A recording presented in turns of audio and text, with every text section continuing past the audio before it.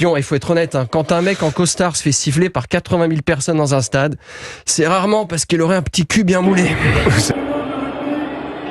bien sûr, l'Angleterre.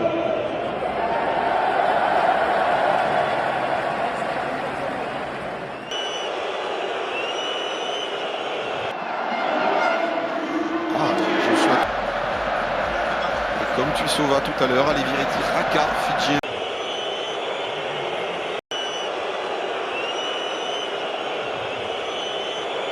Quelle est cette équipe de bras cassés de la com qui a pensé qu'après le 49-3 et les émeutes, ça allait être un triomphe romain? Marrez-vous, marrez-vous. Mais évidemment qu'on se marre. T'as l'air tellement constipé qu'on a forcément envie de te charrier.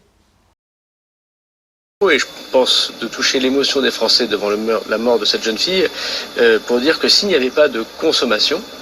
Quand on pense qu'il suffirait que les gens arrêtent de les acheter pour que ça se vende plus. Quelle misère. Il y a moins de 10% de Français qui fument du cannabis. Il y a moins de 5% de gens qui consomment de la cocaïne ou des drogues de synthèse. Et bien si ces gens arrêtaient de consommer de la drogue, arrêtaient de fumer des joints, arrêtaient de prendre des rails de coke, ça peut paraître festif comme ça, mais vous faites naître ce genre de règlement de compte, vous faites naître d'exploitation des personnes, d'exploitation des mineurs, des assassinats, le financement du terrorisme, le financement de la prostitution. Et il y a un lien évident pour chaque citoyen entre ta gueule, Gérald, il y a ton parrain qui va parler. Et trafic et malheureusement règlement de compte. J'ai eu des conversations très dures avec lui. Quand M. Poutine avait eu la très mauvaise idée de rentrer en Géorgie, ses chars étaient à 25 km de Tbilissi. Je suis parti à Moscou. On a discuté 7h30. Et la guerre s'est arrêtée. Il s'est retiré de Géorgie. Les deux hommes se retrouvent ensemble. Les deux hommes se retrouvent et en fait, eh bien, Poutine va juste le pourrir. Mais le pourrir comme on pourrit un gamin. Vous citez même quelques phrases dans le livre. Vladimir Poutine à Nicolas Sarkozy. Si tu continues à me parler sur ce ton, je t'écrase. Et puis Vladimir Poutine insulte carrément Nicolas Sarkozy, ce qui explique que Nicolas Sarkozy est KO debout. Voilà.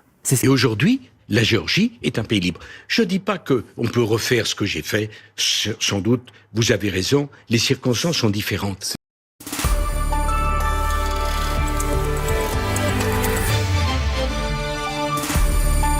ne peut pas se réduire à ce qu'on est, si j'ose dire. On ne peut pas se réduire à là où on est né. Donc, c'est pour ça que l'enracinement, il y a toujours une forme d'enracinement.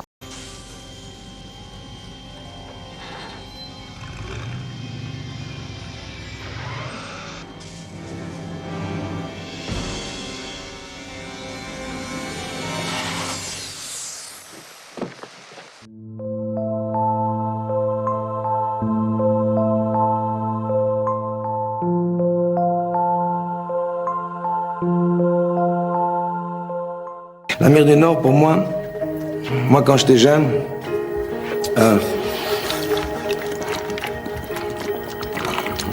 le Dorlo, dans 20-30 ans, il n'y en aura plus.